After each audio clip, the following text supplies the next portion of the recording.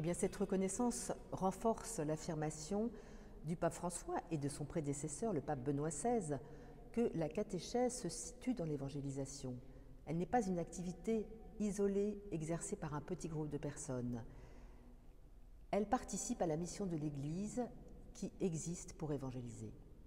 D'autre part, en instituant un ministère de laïcs catéchistes, le pape rappelle la possibilité d'établir de manière stable des laïcs lorsque cela est nécessaire pour participer à l'activité pastorale.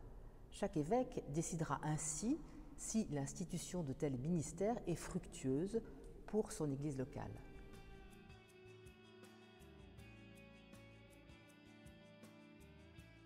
Il y a là un appel aux baptisés pour qu'ils prennent leurs responsabilités baptismales et aux évêques pour qu'ils s'appuient dessus et leur donnent les moyens d'assumer pleinement leur baptême selon leur charisme.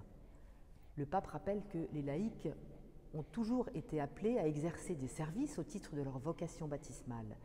Nous l'entendons souvent dire « Je ne vous appelle pas disciples, mais disciples missionnaires ». Et celui qui a rencontré le Christ veut le suivre et ne peut pas garder pour lui la bonne nouvelle de l'Évangile et du salut en Jésus-Christ. Cette annonce se fait de multiples façons, selon les charismes dans la vie des baptisés, par l'exercice de la charité, la prière, l'annonce. Certains sont appelés à exercer un charisme particulier, un don reçu de l'Esprit Saint pour le bien de tous, en vue de la croissance de l'Église et de la foi de ses membres.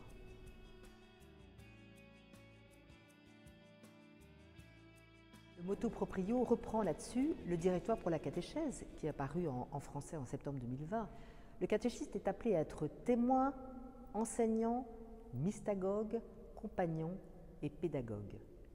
Donc ça veut dire qu'il y a vraiment une exigence de formation biblique, théologique, à la pastorale, à la pédagogie, et aussi la capacité de témoigner de la vie du Christ dans sa vie, afin que d'autres puissent à leur tour recevoir ce témoignage et eux-mêmes être capables d'en témoigner dans leur vie. Et puis le catéchiste doit être attaché à une vie communautaire, à une communauté chrétienne et avoir une vie active et sa part active dans cette communauté.